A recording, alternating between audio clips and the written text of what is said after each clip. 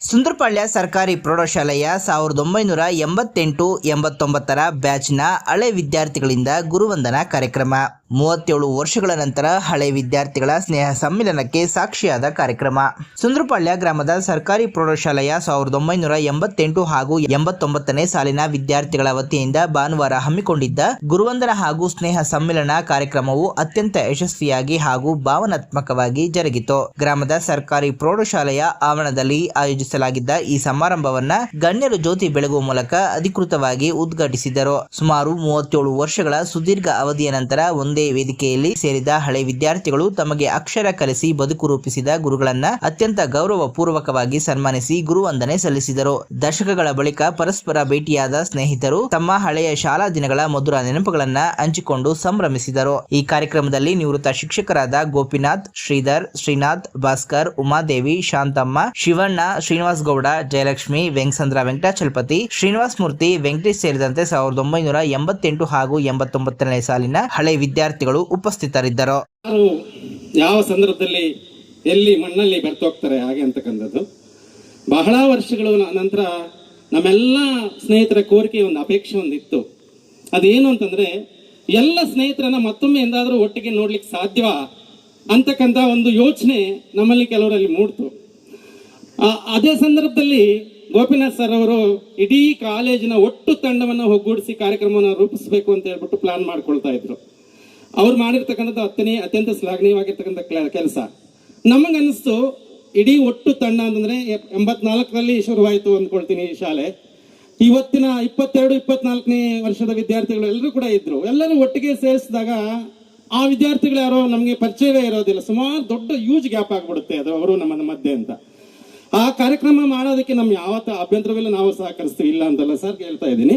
ಆದ್ರೆ ನಮ್ಮ ಸ್ನೇಹಿತರೆ ಕೇವಲ 88-89ನೇ ಸಾಲಿನ ವಿದ್ಯಾರ್ಥಿಗಳೇ ಒಟ್ಟಾಗಿ ಸೇರಿದ್ರೆ ಹೇಗಿರ್ಬಹುದು ಅಂತಕ್ಕಂಥ ಒಂದು ಕಲ್ಪನೆಯನ್ನ ನಾವು ಮಾಡಿಕೊಂಡು ಅದರಂತೆ ಈ ಕಾರ್ಯಕ್ರಮವನ್ನ ರೂಪಿಸಿದ್ವಿ.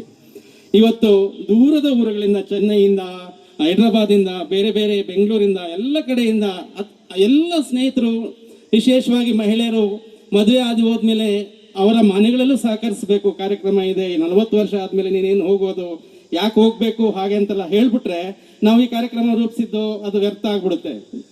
ನಾವು ಪುರುಷರೇನೋ ಹೇಗಾದ್ರೂ ನಾವು ಸಹಿಸ್ಕೊಂಡು ಬಂದ್ಬಿಡ್ಬೋದು, ಆದ್ರೆ ಮಹಿಳೆಯರನ್ನ ಇಲ್ಲಿವರೆಗೂ ಕರ್ಕೊಂಡ್ ಬಂದಿರ್ತಕ್ಕಂಥ ಎಲ್ಲ ನಿಮ್ಮ ಸಂಗಾತಿಗಳಿಗೆ ಅಥವಾ ನಿಮ್ಮ ಕುಟುಂಬಸ್ಥರಿಗೆ ನಾನು ಇಲ್ಲೇನೆ ನಮ್ಮ ವೇದಿಕೆಯ ಪರವಾಗಿ ಧನ್ಯವಾದಗಳನ್ನ ಸಲ್ಲಿಸ್ತಿದ್ದೇನೆ. ನಾವಲ್ಲಿ ಕೆಳಗಡೆ ಟಿಪ್ಪು ಸುಲ್ತಾನ್ ಅರಮನೆ, ನಮ್ಮ ಸುಬ್ಬಣ್ಣ ಮಾಸ್ಟರ್ ಹೇಳ್ತಾ ಇದ್ರು, ಅದು ಟಿಪ್ಪು ಸುಲ್ತಾನ್ ಅರಮನೆ ಅಂತ. ಆ ಅರಮನೆಯಲ್ಲಿ ವಿದ್ಯಾಭ್ಯಾಸವನ್ನು ಪಡ್ಕೊಂಡಿದ್ದೀವಿ. ಆ ಪಡ್ಕೊಂಡಿರ್ತಕ್ಕಂಥ ಎಲ್ಲ ಮಹನೀಯ ವಿದ್ಯಾರ್ಥಿಗಳು ಇವತ್ತು ಅತ್ಯುತ್ತಮ ಸ್ಥಾನಗಳಲ್ಲಿ ಇದ್ದಾರೆ. ಉದಾಹರಣೆಗೆ ನಮ್ಮ ಪ್ರೊಫೆಸರ್ ಶ್ರೀನಿವಾಸ್ ಮೂರ್ತಿ, ನಮ್ಮ ತಾಯ್ಲೂರಪ್ಪ, ನಮ್ಮ ಮಂಜುಳಾ ಮೇಡಮ್, ನಮ್ಮ ASI ನಾರಾಯಣ ಸ್ವಾಮಿ, ನಮ್ಮ ವೆಂಕಟೇಶು, ಇನ್ನು ಅನೇಕರ ಹೆಸರುಗಳು ಹೇಳಕ್ಕೆ ಬರೋದಿಲ್ಲ. ಇವತ್ತು GM Govindappa, Krishnamurthy, Jayaramachari, there are so many members, ಹೇಳಕ್ಕೆ ಬರೋದಿಲ್ಲ. ಅತ್ಯುತ್ತಮ ಸ್ಥಾನಗಳನ್ನು ಅಲಂಕರಿಸಿರ್ತಕ್ಕಂಥ ಶಾಲೆ ನಮ್ಮ ಟಿಪ್ಪು ಸುಲ್ತಾನ್ ಅರಮನೆ.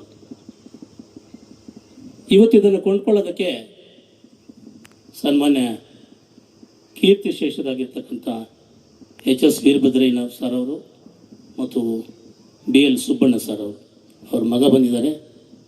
ನಮ್ಮೆಲ್ಲರ ಪರ ಅವರಿಗೆ ಅಭಿನಂದನೆಗಳನ್ನು ಸಲ್ಲಿಸ್ತಾ ಇದ್ದೀವಿ. ನಮ್ಮ ಶ್ರೀಧರ್ ಸರ್ ಹೇಳ್ತಾ ಇದ್ರು, ಅವ್ರ ಮಗ ಇದ್ದಾರೆ, ಕರ್ಕೊಂಡ್ಬರ್ತೀನಿ ಅಂತ. ಇವತ್ತು ಅವ್ರನ್ನ ಕಣ್ತುಂಬ ನೋಡಿ ತುಂಬ ಸಂತೋಷ ಆಗಿದೆ. ಹಾಗೆಯೇ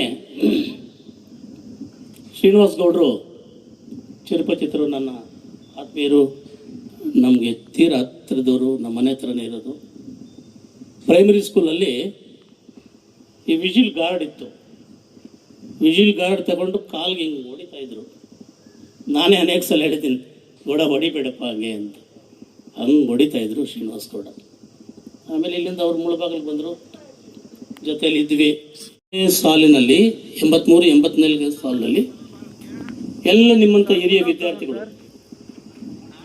ಸೈಕಲ್ ಹಾಕ್ಕೊಂಡು ಪ್ರತಿ ಊರು, ಶ್ರೀಧರ್ಗೂ ಗೊತ್ತು, ಭಾಸ್ಕರ್ ಪ್ರಸಾದ್ ಗೌಡ್ರಿಗೂ ಗೊತ್ತು, ಪ್ರತಿ ಹಳ್ಳಿಗೂ ತಿರುಗಾಡಿ ಸಿನಿಮಾ ನಟರನ್ನ ಈ ಜಾಗದಲ್ಲಿ ಕರೆಸಿ ನಾಟಕ ಮಾಡಿಸಿ ಈ ಜಾಗವನ್ನು ಖರೀದಿ ಮಾಡಿದ್ರು. ಯಾರೋ ಮುಸಲ್ಮಾನ್ ಬಾಂಧವರು ಇದನ್ನು ಕಡಿಮೆ ದರಕ್ಕೆ ನಮಗೆ ಇವತ್ತು ಕೊಟ್ಟಿದ್ದಾರೆ. ಇದು ಯಾವುದೇ ರೀತಿಯ ಸರ್ಕಾರಿ ಶಾಲೆ, ಸರ್ಕಾರಿ ಸೊತ್ತಲ್ಲ. ಇದು ನಿಮ್ಮ ಸೊತ್ತು, ನಿಮ್ಮ ವಿದ್ಯಾರ್ಥಿಗಳ ಸೊತ್ತು, ನಿಮ್ಮಿಂದ ನಾವು ಪಡ್ಕೊಂಡಿರ್ತಕ್ಕಂಥ ಸೊತ್ತಿದ್ದು ಇವತ್ತು ಬೃಹದಾಕಾರವಾಗಿ ಬೆಳೆದಿದೆ. ತುಂಬ ಸಂತೋಷ ಆಗುತ್ತೆ. ಚಿಕ್ಕದಾಗಿರ್ತಕ್ಕಂಥ ಆ ಟಿಪ್ಪು ಸುಲ್ತಾನ್ ಅರಮನೆಯಿಂದ ಇವತ್ತು ದೊಡ್ಡದಾಗಿರ್ತಕ್ಕಂಥ ಒಂದು ಬೃಹದಾಕಾರವಾಗಿ KPS ಶಾಲೆಯಾಗಿ ಮಾರ್ಪಾಟಾಗಿದೆ. LKGಯಿಂದ ಹಿಡಿದು 2ನೇ PUCವರೆಗೂ ಇಲ್ಲಿ ವಿದ್ಯಾಭ್ಯಾಸ ನಡಿಬೇಕು ಕಾರ್ಯಕ್ರಮ ಆ ಥರ ಇದೆ. ಆಮೇಲೆ ಆ ಇಬ್ಬರು ಪೂಜನೀಯರಲ್ಲಿದ್ದಾರೆ ಮುಂದ್ಗಡೆ. ನಮ್ಮ ಪ್ರೊಫೆಸರ್ ಶ್ರೀನಿವಾಸ ಮೂರ್ತಿ ಅವ್ರಿಗೆ ಅವ್ರ ಮುಂದೆ ನಾವು ಜಾಸ್ತಿ ಹೇಳೋಕ್ಕಾಗುತ್ತೆ. ಯಾಕಂದರೆ ಅವರು ನಮ್ಮ ವಿದ್ಯಾರ್ಥಿ ಆಗಿದ್ರು ಕೂಡ ವಿದ್ಯಾಭ್ಯಾಸದಲ್ಲಿ ನಮಗಿಂತ ಹಿರಿಯರವರು. ಒಬ್ಬ ಮನುಷ್ಯ ಸತ್ತ ಮೇಲೆ ಕೂಡ ಬದುಕಿದ್ದಾರೆ ಅಂತಂದರೆ ಅವರು BL ಸುಬ್ಬಣ್ಣ ಮತ್ತು HS ವೀರಭದ್ರಯ್ಯ. ಇವತ್ತು ನಾವಿಲ್ಲಿ ನಮ್ಮ ಶ್ರೀನಿವಾಸ ಮೂರ್ತಿ ಹೇಳ್ತಾ ಇದ್ರು, ನಾವು ಇವತ್ತಿಲ್ಲಿ ಭಾಷಣ ಮಾಡೋದಕ್ಕೆ ಕಾರಣರು ನಮ್ಮೆಲ್ಲ ಶಿಕ್ಷಕರು, ಈ ಶಾಲೆ. ಇವತ್ತು ನಾನು ಇಲ್ಲಿ ನಿಂತ್ಕೊಂಡು ಮಾತಾಡೋದಕ್ಕೆ ಕಾರಣ ಕೂಡ ನಮ್ಮ BL ಸುಬ್ಬಣ್ಣ ಮತ್ತು HS ವೀರಭದ್ರಯ್ಯ ಅವರು ಈ ಅವಕಾಶಗಳು ನಮ್ಗೆ ಕೊಡದೆ ಹೋಗಿದ್ರೆ ನಾವು ಇವತ್ತು ಮಾತಾಡೋಕ್ಕೆ ಅವಕಾಶನೇ ಇಲ್ಲ. ನಮ್ಮ ಸುಬ್ಬಣ್ಣ ಸರ್ ಹೇಳ್ತಾ ಇದ್ರು, ನಾನು ತುಂಬ ಉತ್ತಮವಾಗಿರ್ತಕ್ಕಂಥ ಬರವಣಿಗೆಯನ್ನು ಬರೀತಾ ಇದ್ದೆ. ಪೇಪರ್ ನೋಟಿಫಿಕೇಶನ್ ಆ ಕಾಲದಲ್ಲಿ ನಾನು ಬರೆಯೋದನ್ನು ಕಲ್ತಿದ್ದೆ ನಾನು. ಅವ್ರು ನನಗೆ ಹೇಳ್ತಾ ಇದ್ರು, ನೀವು ಒಳ್ಳೆ ಪ್ರೆಸ್ ರಿಪೋರ್ಟರ್ ಆಗ್ತೀರಾ, ರಿಪೋರ್ಟಿಂಗ್ ಕೆಲಸ ಮಾಡಿ ಅಂತ. ಹಾಗಾಗಿ ಅವ್ರು ಹಾಕ್ಕೊಟ್ಟಿರ್ತಕ್ಕಂಥ ಒಂದು ಪಾಯ ಇದೆ, ಅದರಂತೆ ನಾವು ನಡ್ಕೊಂಡು ಇವತ್ತು ಉತ್ತಮವಾಗಿರ್ತಕ್ಕಂಥ ಶಿಕ್ಷಕನಾಗಿ ಕೆಲಸ ಮಾಡ್ತಾ ಇದ್ದೀನಿ. ಹಾಗಾಗಿ ವೇದಿಕೆಯ ಮುಂಭಾಗದಲ್ಲಿರ್ತಕ್ಕಂಥ ಎಲ್ಲ ನನ್ನ ಆತ್ಮೀಯ ಸಹೋದರ ಮತ್ತು ಸಹೋದರಿಯರೇ, ಮಾಧ್ಯಮ ಮಿತ್ರರೇ, ಅದ್ಭುತವಾಗಿರ್ತಕ್ಕಂಥ ಕಾರ್ಯಕ್ರಮ. ಈಗಾಗಲೇ ಇದು 5ನೇ ಕಾರ್ಯಕ್ರಮ. ಈ ಶಾಲೆಯಲ್ಲಿ 5ನೇ ಗುರುವಂದನಾ ಕಾರ್ಯಕ್ರಮ ನಡೀತಾ ಇದೆ. ಎಲ್ಲದಕ್ಕಿಂತ ಭಿನ್ನವಾಗಿ ಇವತ್ತು ತುಂಬ ಚೆನ್ನಾಗಿರ್ತಕ್ಕಂಥ ಕಾರ್ಯಕ್ರಮನ ನೀವು ಮಾಡಿದ್ದೀರಿ. ನನಗೊಂಥರ ಸಂತೋಷ ಏನಂತಂದರೆ, ಇದೇ ಬ್ಯಾಚ್ನಲ್ಲಿ ನನಗೆ ಮದುವೆ ಆಗಿತ್ತು. ಇದೇ ಬ್ಯಾಚ್ನಲ್ಲಿ 1988-89ನೇ ಸಾಲಿನಲ್ಲಿ ಮೇ 17 ಇದೇ ತಾರೀಕಿನಂದು ಇದೇ ಗುಟ್ಟಳ್ಳಿ ವೆಂಕಟರಮಣ ಸ್ವಾಮಿ ಛತ್ರದಲ್ಲಿ ನನಗೆ ಮದುವೆ ಆಗಿತ್ತು. ವೀರಭದ್ರಯ್ಯ ಸೈಕಲ್ನಲ್ಲಿ ಬಂದಿದ್ದರು ಮದುವೆಗೆ. ಅವಾಗ ಚೇರ್ಸ್ ಅವೆಲ್ಲ ಇರಲಿಲ್ಲ, ನೆಲದಲ್ಲಿ ಕೂತ್ಕೊಳ್ಳೋದು ಮದುವೆ. ಫೋಟೋ ಇದೆ ನನ್ನ ಹತ್ರ ಈಗಲೂ. ವೀರಭದ್ರಯ್ಯನವರು ಒಂದು ಕಿಟಕಿಗೆ ಹಿಂಗೆ ಹೊರ್ಕೊಂಡು ನಿಂತ್ಕೊಂಡಿದ್ದಾರೆ. ಅಷ್ಟು ಒಂದು ಸರಳ ಜೀವನವನ್ನು ನಡೆಸ್ತಾ ಇದ್ರು ವೀರಭದ್ರಯ್ಯ ಸರ್. ಆಮೇಲೆ BL ಸುಬ್ಬಣ್ಣ ಒಂದು ಮಾತು ಹೇಳ್ತಾ ಇದ್ರು, ಶ್ರೀಧರ್ಗೂ ನೆನಪಿರುತ್ತೆ ನೋಡ್ರಿ ಗೋಪಿನಾಥ್, ವೀರಭದ್ರಯ್ಯನವರು 32 ಹಲ್ಲು ತೋರಿಸ್ಬಿಟ್ಟು ನಕ್ಕು ಬಿಟ್ರೆ ನಾನು ರಾಜೀನಾಮೆ ಕೊಡ್ತೀನಿ. ಎಸ್, 1 ಲಕ್ಷ ಕೊಡ್ತೀನಿ ಅಂತ.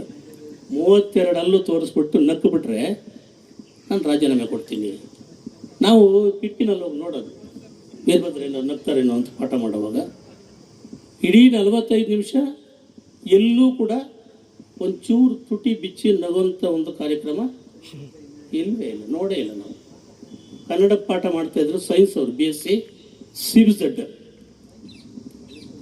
ಸೈನ್ಸು. ಆ ಕಾಲದಲ್ಲಿ ಸೈನ್ಸ್ ಮಾಡಿದ್ರೆ ಒಂದು ಲ್ಯಾಂಗ್ವೇಜ್ ಮಾಡಬೇಕಾಗಿತ್ತು. ಸೊ ಕನ್ನಡನ ಮಾಡ್ತಾಯಿದ್ರು. ಕನ್ನಡದಲ್ಲಿ ಅನೇಕ ನಗುವಂಥ ಸನ್ನಿವೇಶಗಳು ಬಂದರೂ ಕೂಡ ನಗ್ತಾ ಇರಲಿಲ್ಲ, ನಗೋದೇ ಇಲ್ಲ, ತುಟಿನೇ ತೋರಿಸಿಲ್ಲ.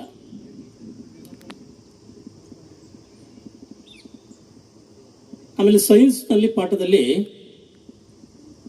ಸೆಕ್ಸ್ ಬಗ್ಗೆ ಬರ್ತಾ ಇತ್ತು. ಅದು ಶ್ರೀಧರ್ ಗೊತ್ತಿರುತ್ತೆ, ಶ್ರೀರಾಮ್ಗೂ ಗೊತ್ತು. ಈ ಸೆಕ್ಸ್ ವಿಚಾರ ಬಂದಾಗ ಕೆಲವು ಹೆಂಗರ ಇರ್ತಕ್ಕಂಥ ಟೀಚರ್ಸ್, ಯುವಕರಾಗಿರ್ತಕ್ಕಂಥ ಟೀಚರ್ಸು ಪಾಠ ಮಾಡೋಕ್ಕೆ ನಾಚಿಕೆ ಪಡ್ಕೊಳ್ತಾ ಇದ್ರು. ಬಟ್ ಅವ್ರು ನಾಚಿಕೆ ಪಡ್ತಾ ಇರಲಿಲ್ಲ. ಇಡೀ ಬೋರ್ಡ್ ಪೂರ್ತಿ ಚಿತ್ರನ ಬಿಡಿಸ್ತಾ ಇದ್ರು. ಕಲರ್ ಚಕ್ಕಿಸ್ ಹಾಕ್ಕೊಂಡು ಚಿತ್ರನ ಬಿಡಿಸಿ ಅದನ್ನು ವಿವರಣೆ ಕೊಟ್ಟು ಹೇಳ್ಬಿಟ್ಟು ಈಚೆಗೆ ಬರ್ತಾಯಿದ್ರು. ಈ ಕಡೆ ಬೇತ್ಮಂಗಲಿಂದ ಹಿಡ್ಕೊಂಡು ಈ ಕಡೆ ವಿಕೋಟೆವರೆಗೂ, ಈ ಕಡೆ ಕ್ಯಾಸಂಬಳ್ಳಿಯಿಂದ ಹಿಡ್ಕೊಂಡು ತಾಯ್ಲೂರುವರೆಗೂ ಯಾವುದೇ ಪ್ರೌಢಶಾಲೆ ಇಲ್ಲದೆ ಇರ್ತಕ್ಕಂಥ ಸಂದರ್ಭದಲ್ಲಿ ಈ ಶಾಲೆ ಹುಟ್ಟಿತು. 400 ಜನ ವಿದ್ಯಾರ್ಥಿಗಳು ಆ ಕಾಲದಲ್ಲೇ ವಿದ್ಯಾಭ್ಯಾಸಕ್ಕೆ ಬರ್ತಾಯಿದ್ರು. ಎಷ್ಟು ಸರಳ ಜೀವಿಗಳು, ಎಷ್ಟು ಶಿಸ್ತಿತ್ತು ಅಂತಂದರೆ ಅದು ಹೇಳ್ಕೊಳ್ಳೋಕೆ ಪದಗಳಿಲ್ಲ. ಅಷ್ಟು ದೂರದಿಂದ ನಡ್ಕೊಂಡು ಬರ್ತಾಯಿದ್ರು, ಸೈಕಲಲ್ಲಿ ಬರ್ತಾಯಿದ್ರು. ನೋ ಬಿಸಿ ಊಟ, ಬುಕ್ಸ್ ಇಲ್ಲ, ಯೂನಿಫಾರ್ಮ್ ಇಲ್ಲ, ಎಲ್ಲವೂ ತಾವೇ ಸ್ವಂತ ದುಡ್ಡಿಂದ ಬರ್ತಾಯಿದ್ರು, ನಡ್ಕೊಂಡು ಬರ್ತಾಯಿದ್ರು. ತಾಯ್ಲೂರಪ್ಪನವರು ದಾಸೇಪಲ್ಲಿ ನಪ್ಪ ಇದ್ದೀನಪ್ಪ ಕಾಲ್ದಾರಿ, ನಾನು ಸೈಕಲಲ್ಲಿ ಹೋಗ್ತಾ ಇದ್ದೆ, ಆ ದಾರಿನಲ್ಲಿ ಹೋಗ್ತಾಯಿದ್ರು. ತುಂಬ ಚೆನ್ನಾಗಿರ್ತಕ್ಕಂಥ ವಾತಾವರಣ ಇತ್ತು. ನಾವು ಅಂಥ ಸ್ಟೂಡೆಂಟ್ಸನ್ನು, ನಿಮ್ಮಂಥ ಸ್ಟೂಡೆಂಟ್ಸನ್ನು ನಾವು ಆಮೇಲೆ ಮತ್ತೆ ಮತ್ತೆ ಬೇಕಾದಷ್ಟು ಜನ ಬಂದರು ಹೋದರು, ನೆನಪಿನಲ್ಲಿ ಉಳಿತಕ್ಕಂಥ ವಿದ್ಯಾರ್ಥಿಗಳು ಯಾರೂ ಇಲ್ಲ. ತಿಂದ ತಕ್ಷಣ ತಟ್ಟೆ ಎತ್ಕೊಂಡೋಗಿ ತೊಳ್ಕೊಂಬರ್ತಾಯಿದ್ರು. ತಟ್ಟೆ, ಬಾಕ್ಸು ಎಲ್ಲೂ ನಾನು ಅಂತ ಓಡೋಡಿ ಬರೋರು. ಇವಾಗ ಅದೆಲ್ಲ ಇಲ್ಲ. ಇದೆಯಾ ನೋಡ್ರೆ ನಾನು ಅಂತ ಕೇಳ್ತಾರೆ ಈಗ, ಕೈ ತೆಗಿ ಅಂತಂದ್ರೆ ಯಾಕೆ ಸರ್ ಅಂತ ಒಂದು ಕಾಲ ಇತ್ತು. ಕಷ್ಟಪಟ್ಟು ಓದ್ತಕ್ಕಂಥ ಕಾಲ ಇತ್ತು. ಎಲ್ಲ ಅಲ್ಲಿ ಬೀದಿನಲ್ಲಿ ಕೂತ್ಕೊಂಡು ಗ್ರೂಪ್ ಸ್ಟಡೀಸ್ ಮಾಡೋಂಥ ಒಂದು ಕಾಲ ಇತ್ತು. ಆಮೇಲೆ ಇಲ್ಲಿ ಬಂದ್ವಿ. ಈ ಗುಡಿ ಕಟ್ಟೋದಕ್ಕೆ ಬಹಳಷ್ಟು ಶ್ರಮಪಟ್ಟು ನಾವು ಗುಡಿ ನಿರ್ಮಾಣ ಮಾಡಿದ್ವಿ. ಅದಕ್ಕೂ ಒಂದು ಒಗ್ಗಟ್ಟು ಮಾಡಿದ್ವಿ. ಎಲ್ಲ ಮಾಡಿ ಗುಡಿನ ನಿರ್ಮಾಣ ಮಾಡಿ ದೊಡ್ಡದಾಗಿರ್ತಕ್ಕಂಥ ಒಂದು ಸಂಖ್ಯೆಯ ವಿದ್ಯಾರ್ಥಿಗಳ ಒಂದು ಗುಂಪನ್ನು ಕೂಡ ರಚನೆ ಮಾಡಿದ್ವಿ. ಆಮೇಲೆ ಇಲ್ಲಿ ಗಮನ ಹರಿಸಿದಾಗ PUC ವಿದ್ಯಾರ್ಥಿಗಳು ಮತ್ತು SLC ವಿದ್ಯಾರ್ಥಿಗಳಲ್ಲಿ ಪೂಜೆ ನಡೀತಾ ಇರುತ್ತೆ, ಜೋರ ಗಲಾಟೆ ಹೋಗ್ತಾ ಇರ್ತಾರೆ. ಯಾವ ಗಲಾಟೆನೂ ಇಲ್ಲ, ಶಿಸ್ತು ಇಲ್ಲ. ಪಾಠ ಮಾಡ್ತಾ ಇದ್ರೆ ಎದ್ದು ಹೋಗ್ತಾ ಇರ್ತಾರೆ. ಯಾವುದೇ ರೀತಿಯ ಕಂಟ್ರೋಲು ಇವತ್ತಿಲ್ಲ. ಅವತ್ತು ಪೇರೆಂಟ್ಸ್ ಬಂದು ನಮ್ಗೆ ಹೇಳ್ಬಿಟ್ಟು ಸರ್ ಬಾಗ ಕೊಟ್ಟಂಡು ಸರ್ ಅಂತ. ಇವಾಗ ಅದೆಲ್ಲ ಇಲ್ಲ. ಯಾಕೆ ಅಂತ ಕೇಳ್ತಾರೆ, ಯಾಕೆ ಹೊಡಿಯೋದು ನೀವು? 5:30, 6 ಗಂಟೆ ಅಥವಾ 5:30 ಇರ್ಬೋದು. ಯಾಕೆಂದರೆ ಮೈಸೂರಿನಲ್ಲಿ ಒಂದು ಪ್ರೈವೇಟ್ ಸ್ಕೂಲಲ್ಲಿ ಕೆಲಸ ಮಾಡ್ತಾರೆ, ರಾಯಲ್ ಗರ್ಲ್ಸ್ ಹೈಸ್ಕೂಲ್ ಅಂತ ಹೇಳ್ಬಿಟ್ಟು. ಇದೆಯಲ್ಲ, ಮೆಡಿಕಲ್ ಕಾಲೇಜ್ ಇದೆಯಲ್ಲ, ಅದ್ರ ಹಿಂಬದಿಗಿದೆ. ಅಲ್ಲಿ B.Ed ಆದ ತಕ್ಷಣವೇ ಅಲ್ಲೊಬ್ಬರು ಪರಿಚಯ ಆಗಿ ಲೈಬ್ರರಿಲಿ ಕರೆದ್ರು, ಹೋದೆ. ಇಂಗ್ಲೀಷ್ ಮೀಡಿಯಂ ಸ್ಕೂಲು, ಕನ್ನಡ ಇರಲಿಲ್ಲ, ಅದು Muslim school, royal girls high school ಅಂತ. ಮುಕ್ತಾರ್ ಉನ್ನೀಸಾ ಬೇಗಮ್ ಅಂತ ಅಧ್ಯಕ್ಷರಾಗಿದ್ರು ಆ ಸ್ಕೂಲ್ಗೆ. ಅಲ್ಲಿ ಕೆಲಸ ಮಾಡ್ತಾಯಿದ್ದೆ. ನನಗೆ ಇಂಗ್ಲೀಷು ಪಕ್ಕಾ ಇರಲಿ. ಅದಾದಮೇಲೆ ಇಲ್ಲಿಗೆ ನೇಮಕ ಆದಾಗ 2 ಬ್ಯಾಗನ್ನು ತಗೊಂಡು ಬಂದಲ್ಲಿ ಬಸ್ಸು ಸ್ಕೂಲ್ ಹತ್ರನೇ ನಿಲ್ಲಿಸಿದ್ರು, ಇಳಿಬಿಟ್ಟು ಬಂದೆ. ಬಟ್ ನಾನು ಫಿಸಿಕಲಿ ಇದೇ ಥರನೇ ಇದ್ದೆ. ನನಗನ್ಸುತ್ತೆ, ನೀವೆಲ್ಲರೂ ನೋಡಿದ್ರೆ ನಿಮ್ಗೆ ಅನಿಸ್ಬೋದು. ಯಾಕೆಂದರೆ ಈಗ ಲಾಸ್ಟ್ 25/5/2026 ಅಂದರೆ ಜಸ್ಟ್ ಈಗ 15-20 ದಿವಸದ ಹಿಂದ್ಗಡೆ 90 ಕಾಕತಾಳೀಯ ಅಂತ ಅನ್ಕೋತೀನಿ ನಾನು. 98-99ನೇ ಬ್ಯಾಚ್ನವರು. ಅವಾಗ 45 ಜನ ಇದ್ದರು, ಅದರಲ್ಲಿ 5 ಜನ ತೀರೋಗ್ಬಿಟ್ಟಿದ್ದಾರೆ, 40 ಜನ ಇದ್ದರು. ಆ 40 ಜನ ಇದೇ ಥರ ಗ್ರೂಪ್ ವೈಸ್ ಮಾಡಿದ್ರು. ಕಾರಣ ಕೇಳಿದಾಗ ಅವ್ರು ಇಂಡಿವಿಜುವಲ್ ಆಗಿ ನೈಟ್ ಟೈಮ್ ಫೋನಲ್ಲಿ ಮಾತಾಡಿದ್ರು, ನಾವೆಲ್ಲರನ್ನೂ ಸಂಘಟಿಸೋದು ಕಷ್ಟ ಇದೆ ಸರ್.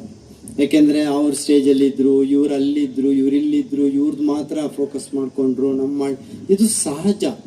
ಸಂಘಟನೆ ಮಾಡೋದಿದೆಯಲ್ಲ, ಯಾಕೆಂದರೆ ನಾನು ಒಬ್ಬ DDP ಆಫೀಸಲ್ಲಿ ಕೆಲಸ ಮಾಡುವಾಗ ಈ ಡಯಟ್ ಪ್ರಿನ್ಸಿಪಾಲ್ ಬಿಟ್ಬಿಟ್ರೆ ಅವರು, ಈ ಕಡೆ ನಮ್ಮ DDP ಏನು ಬಿಟ್ಟರೆ ಅವರು, ಜಿಲ್ಲಾ ಪಂಚಾಯತ್ CO ಬಿಟ್ಟರೆ, ಎಷ್ಟು ಸಂಘಟನೆ ಮಾಡೋದಿದೆಯಲ್ಲ ತುಂಬ. ಅದರ ಸ್ಟೇಜಲ್ಲಿ ಅವ್ರನ್ನ ಸರಿಯಾಗಿ ಗೌರವಿಸಲಿಲ್ಲ ಅಂದರೆ ಬೇರೆ ರೂಪದಲ್ಲಿ ನಮ್ಮನ್ನು ಬೆಂಡೆತ್ಬಿಡೋರು. ಆದರೆ ಈ ಥರದ 5 ಜನ ಇರಲಿಲ್ಲ.